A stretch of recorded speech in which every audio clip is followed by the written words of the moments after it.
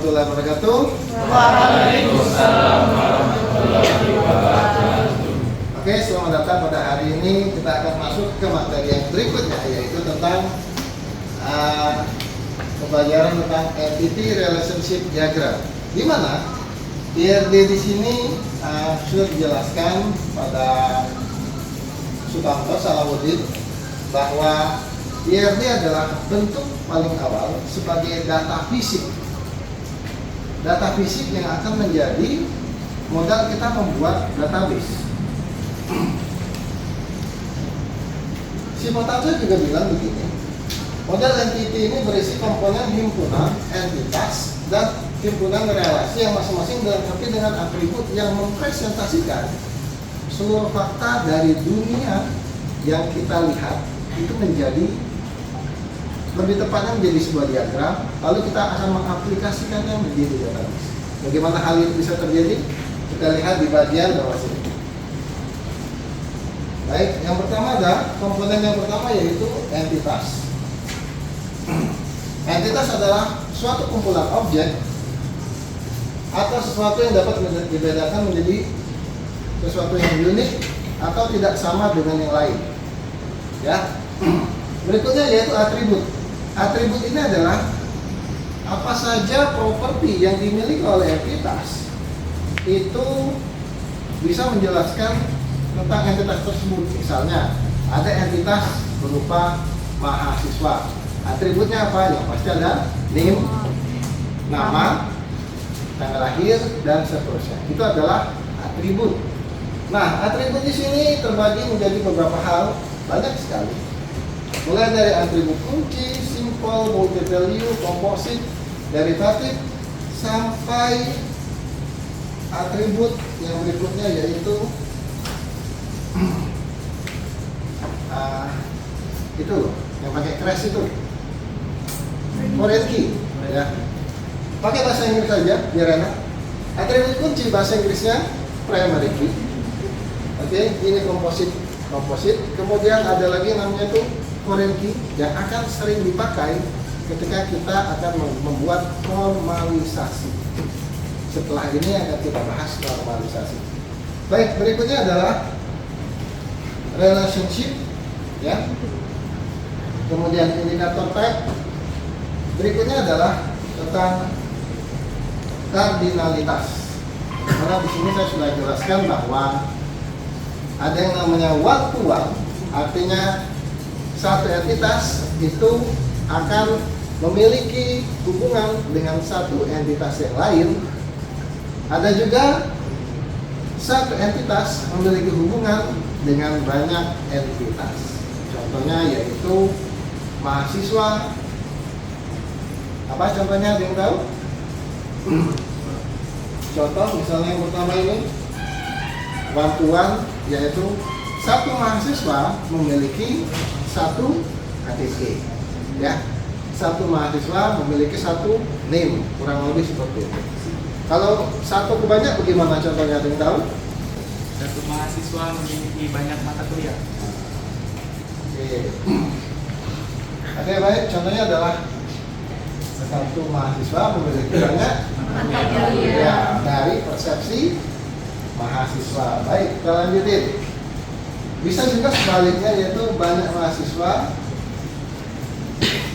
yang mengambil satu mata kuliah. Apakah hal itu tepat? Jika dilihat dari sistem,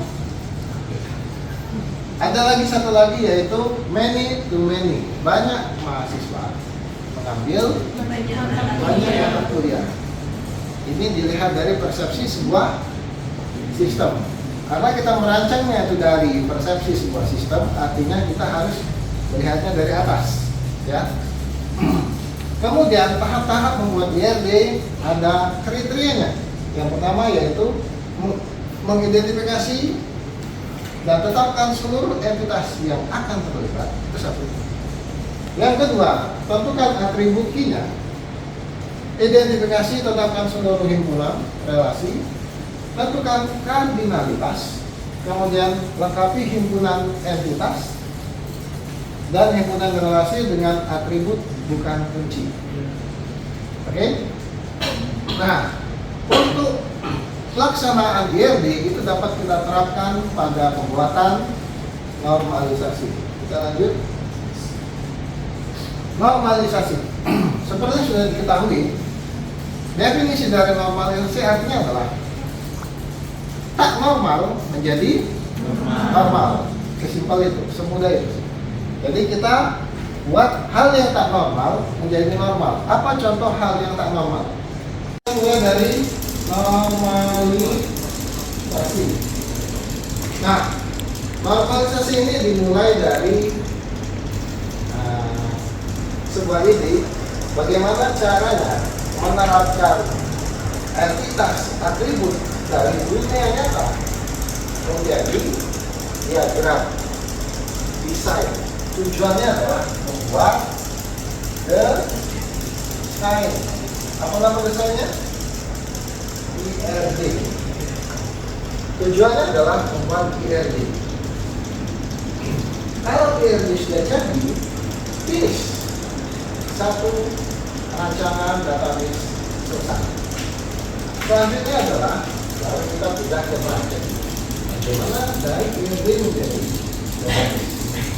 IRD adalah bentuk diagram fisik dan itu harus real dan benar. Benar artinya benar di sini artinya adalah tidak boleh salah, tidak boleh ada tentang, tidak boleh salah, tidak boleh diulang-ulang dan memenuhi kriteria IRD tadi. Ya, harus ini, harus itu, harus itu. Ya, ada pertanyaan sebelum lanjut? Sudah paham? Kita mulai dari normalisasi. Yang pertama yaitu tak normal menjadi normal. Baik. Di sini ada yang namanya itu definisi bagaimana normalisasi itu dilakukan. Kita langsung masuk aja ke bagian yaitu bentuk normalisasi. Saya sudah minta kepada Anda untuk membawakan sebuah nota, ya. Nota, apakah notanya jawab? Oke, bisa ditunjukkan notanya pada saya. Nota. Oke, baik. Saya boleh dikendali. Oke, nota ini adalah bentuk tak normal. Kenapa tak normal? Karena yang kita pegang adalah hasil print out. Ini berisi tentang data, dan variabel. Kita belum melihat entitasnya apa, atributnya apa, primaritinya apa, ya, belum jelas sama sekali. Nah, makanya itu kita akan menerapkan fungsi dari normalisasi untuk menjadikan dia sebuah IRD. Nah, di nota ini terdapat banyak sekali variabel. Contohnya ada paling atas, ada harga barang, ada nama barang, ada nama tabel, meja, nama tabel, kapan, tanggalnya, totalnya. Oke, semuanya ada. Bahkan ada nama kukunya di atas. Kuku dan ini. Ya. Modal jadi memiliki modal nota jadi IRD. Oke. Bagaimana modal nota menjadi IRD? Kalau Anda melihat sebuah nota, kamu bisa bikin aplikasinya dibagi. Yang pertama, dari nota tadi, tugasan adalah menuliskan semuanya. Kita sebut dengan nota. Tuliskan semua tabel tadi ke dalam. Contohnya tabel A, tabel B, tabel C, tabel D, tabel E. Tuliskan saja semuanya beserta recordnya. Oke, tuliskan saja semuanya di Excel. Kalau ini ada 2, barangnya ya tulis 2. Ada 3 ya tulis 3. Dan begitu seterusnya. Mana yang ada datanya. Kita tidak usah pilih-pilih data, tulis saja semuanya dulu di Excel. Setelah itu kita lanjut ke 1F. Kalau kita lanjut itu kita baru menuliskan semuanya terlebih dahulu tanpa pilih-pilih. Di bagian 1F tidak boleh ada yang begini. Tidak boleh. Datanya harus berisi semua. Oke, contohnya begini. A, B, C, ini ya. Ini contohnya X ya. Kan ini ada ini diisi juga datanya. Diisi dengan cara menganalogikan misalnya ini X, ini. Tapi kita tidak usah berfokus pada bagian berikutnya. Fokusnya adalah di bagian ini, fokusnya di bagian kolom. Bagian 1F. Ada pertanyaan? Ada mau bertanya?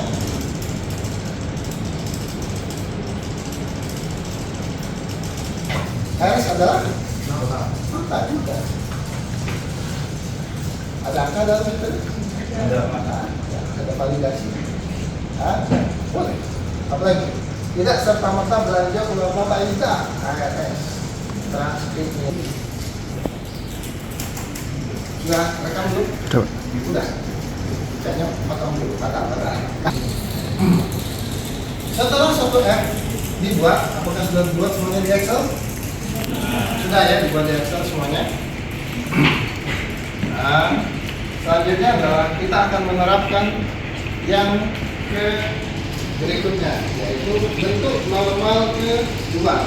Seperti yang ada di materi, yaitu bentuk normal kedua didasari dari konsep full functional dependency. Artinya dari ini kan panjang nih, ya, ini kan panjang nih. Biasa Anda kan panjang sampai kolom keberapa puluh ya. Sekarang kita harus memisahkan entitasnya berdiri sendiri. Contoh, ini kita ambil contoh misalnya barang lah ya, barang. Yaitu misalnya ada ID barang, ada nama barang, habis itu ada harga. Bagaimana cara memilahnya? Di materi disebutkan bahwa full functional ini artinya adalah atributnya berdiri sendiri, tetapi memiliki fungsi di dalam entitas tersebut. Jadi kita garis bawah ini. Ini panjang nih, sampai 6 contohnya. Tetapi kita harus memilih mana yang dimiliki sebuah entitas, misalnya ID barang, nama barang, sama harga. Oke, ini adalah sebuah entitas, namanya adalah barang. Ini jangan sebut tabel nanti kalau dari database. Kalau ini baru entitas, namanya adalah barang. Masuk akal nggak kalau di barang itu ada ID-nya, namanya sama harga? Terus di nota kita tadi kan ada kuantitas ya. Kuantitas itu kuantitas ketika beli atau kuantitas stok. Ketika beli artinya itu adalah jumlah yang dibeli. Ya, paham ya? Kalau stok beda lagi. Stok itu milik siapa? Jadi kita tuh berpikir ini atribut ini punya siapa, atribut ini punya siapa. Kemudian biasanya ini berkaitan sama yang namanya yaitu entitas berikutnya, yaitu penjualan. Penjualan, di mana dia akan buat dari di sini. Ada nggak di mata kalian ditulis ID penjualan? Nggak ada, nggak ada kan? Nggak ada. Dia langsung ada yang nulis, ada yang tidak kan? Nah, ada yang nulis, ada yang tidak. Sekarang kita buat yang tidak. Oke, kita mulai di sini. Di situ yang pertama kali muncul adalah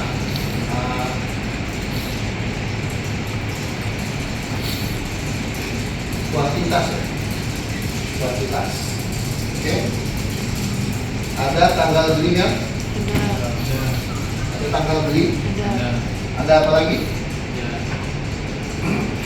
Nah, sebenarnya dari 2F itu baru batas segini. Kan 3-nya sudah diambil di atas, duanya di sini Bang. Iya. Terus kurang nih, apakah datanya sudah mempresentasikan penjualan? Belum, makanya kita harus menerapkan, sebenarnya kita bisa langsung menuliskan setiap yang namanya penjualan itu harus ada namanya itu kode unik, yaitu ID penjualan. Langsung itu nggak apa, karena emang harus, kalau nggak ada gimana cara menentukannya? ID ini transaksinya apa aja, kan bingung. Karena di sini langsung dibuat. Apakah cukup segini aja? Kalau dari materinya yaitu 2F ini adalah memisahkan, baru memisahkan dari 1F jadi 2F. Lihat dari sini sudah menjadi seperti ini. Tujuannya adalah di 2F ini tujuannya yaitu yang paling penting tidak ada redundansi data. Contoh seperti ini double kan datanya. Kalau aku mau menuliskan lagi data baru lagi, aku harus isi lagi kan sepanjang ini. Nah, kalau di sini gimana? Misalnya, aku mau nambahin barang, berarti cukup nambahin di bagian sini aja, di bagian bawah. Di sini pertama enggak? Belum, karena belum terjadi transaksi. Oke, kita lanjut ke 3F.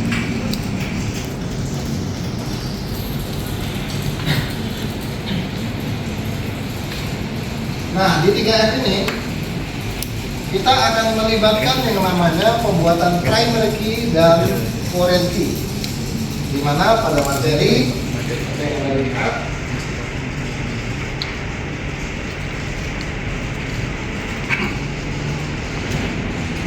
seperti yang kita lihat di sini adalah suatu relasi dikarenakan dalam bentuk ketiga, syaratnya adalah berada dalam bentuk normal kedua sudah.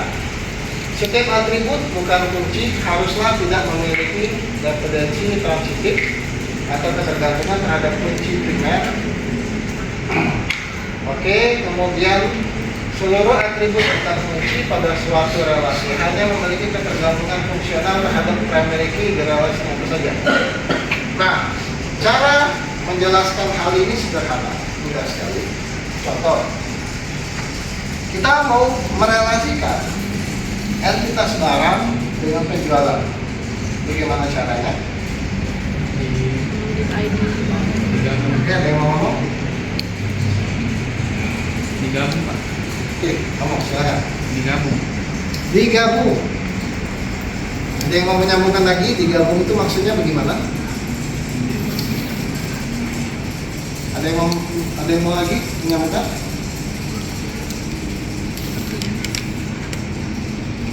Oke, silakan yang mau ngomong.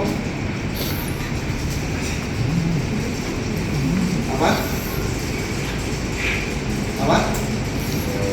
Di kolom Pak, misalnya variabel yang tanggal beli dengan ID barang tuh di tanggal tersebut dia berapa kali dijual, maksudnya kuantitasnya berapa? Oh, di sini. Nah, Ini kuantitas sudah ada, mau tambahin lagi di sini. Nah, tetapi cara kita menggabungkan ini bagaimana caranya? Oke, silakan. Mau ngomong apa? Ayo, ngomong deh. Kita harus menambahkan titik-titik biar dia tergabung. Yuk. Silakan ngomong aja. Yang mau ngomong silakan. Kita harus menambahkan apa agar dia bisa berelasi. Bagaimana caranya biar terhubung? Caranya cuma satu. Bikin tabel baru di dalam sini. Tabel barunya adalah milik punya ID barang, pakai tanda press. Selesai. Semudah itu. Tambahin aja di sini. Jadi contoh, ID barangnya 1, kuantitasnya 2, tanggal belinya misalnya 22/9/2023. Kode barangnya berapa kode barangnya? Ambil di sini 1. Selesai. Boleh nggak beli 1 lagi? Boleh, dan begitu seterusnya. Dapat, selesai. Ini sudah memenuhi kriteria 3R.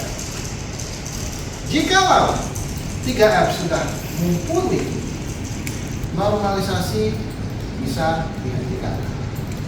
Bukan dihentikan, sudah selesai. Oke. Jikalau masih terdapat redundansi data dalam jumlah yang banyak, biasanya harus menambah lagi ke 4F. Jikalau masih ada lagi ke 5, dan begitu seterusnya. Oke, ada pertanyaan? Pak, berarti yang di tabel yang bawah itu yang di barangnya Pak dimasukin nama barang sama harganya tidak usah? Nggak usah. Prinsip relasi. Kalau kita mengambil ini, artinya satu baris ini bisa ditarik. Perintah apa kalau di dalam database? Select, bintang from, anggaplah ambil barang, where, ID barang sama dengan 1. Artinya satu baris dapat. Kalau ngambil harganya aja, apakah dapat galau? Belum tentu. Karena bisa jadi 2-3 barang harganya 1.000. Tapi kalau kodenya 1, cuma 1. Ingat ya, primernya harus unik. Berikutnya adalah kita akan menggambar sebuah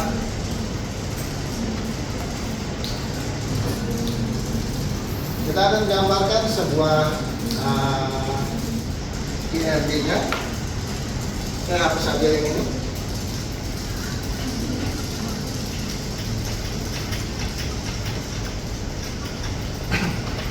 Semakin besar database, normalisasi akan terus berlanjut. Normalisasi itu bertingkat. Makanya di sini dibuat 1F, 2F, 3F, 4F, 5F. Itu bertingkat. Jikalau suatu saat kita merasa redundan atau ketemu masalah redundan, itu harus dilakukan lagi normalisasi dan bintang. Ya. Dasar dari sebuah program yang sederhana, contohnya yang akan Anda buat itu adalah 3F. Jika ketemu lagi masalah berikutnya, lanjut ke 4F. Apa ini cukup untuk 2 tabel ini? Cukup. Yaitu kita buat di sini yang pertama, ini ada barang, kemudian bikin IRD-nya, ini ada penjualan. Ini adalah IRD. IRD paling minim adalah 2 entitas yang berjumlah. Di sini dilakukan. Oke, buat kata kerja. Oke. Barang sama penjualan ini hubungannya adalah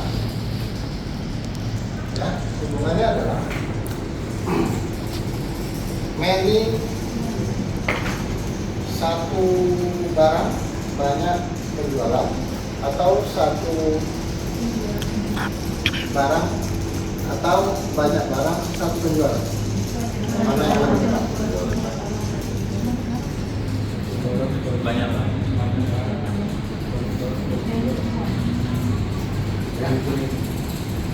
Ya, jelas ini many to many, jelas positif.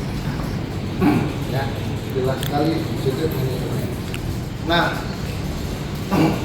contoh yang lain many to many yaitu adalah contoh yang lain. Misalnya mahasiswa. Ini konteks masalah yang lain yaitu mahasiswa ketemu dengan mata kuliah.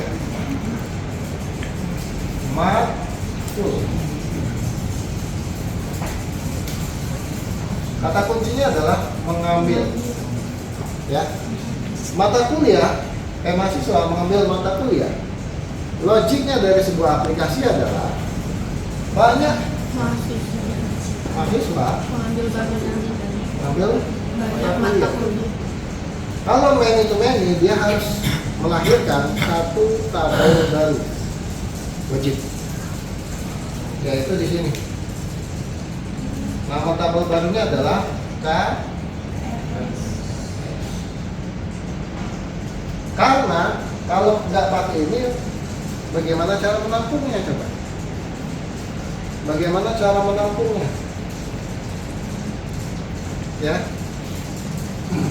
Jadi ketika kita ngetik select data from NIM, keluarlah KRS Anda. Kalau ditumpuk semua di sini, database-nya jadinya redundant. Atau di sebelah sini kita taruh pastinya redundant. Oke, prinsip redundant itu kalau dia redundant berarti kita tuh harus melakukan effort lebih. Oke, mungkin ini saja. Bagaimana? Ada pertanyaan? Jika tidak ada, silakan dikerjakan. Buatlah sampai IRD. Prakteknya adalah dari IRD jadi database. Nah, di bagian ini jangan lupa dituliskan begininya. ID barang, nama barang. Ini juga nih ada ID apa? Ya. Ini juga nih sama nih. Yang bulat-bulat ini artinya adalah atribut. Oke.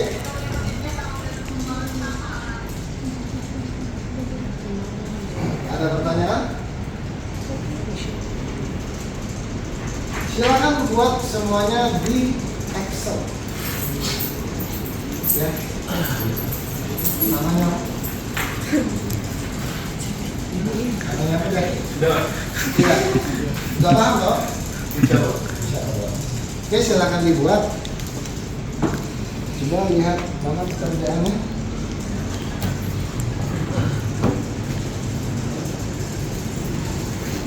Aja sih ya. Tidak langsung diterapkan berarti.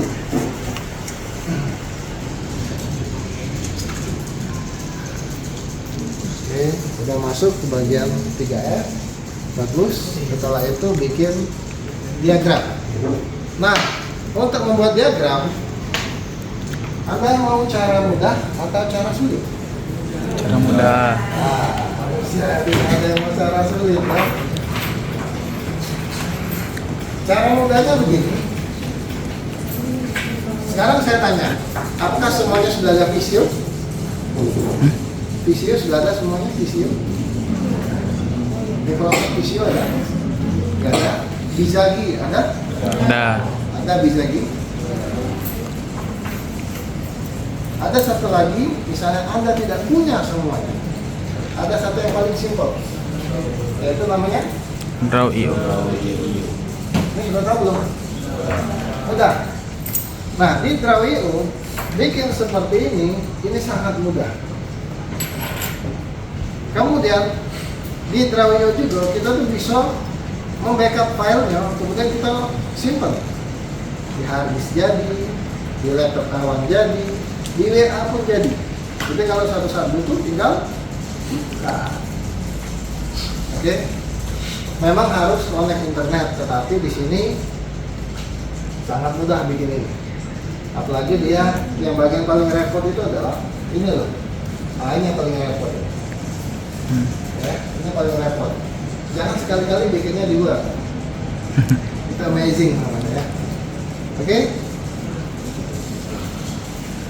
Mungkin sekian untuk hari ini.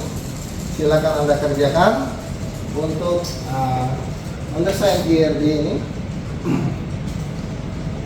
Ada waktu, silakan dikerjakan. Jika ada pertanyaan bisa tanyakan saya.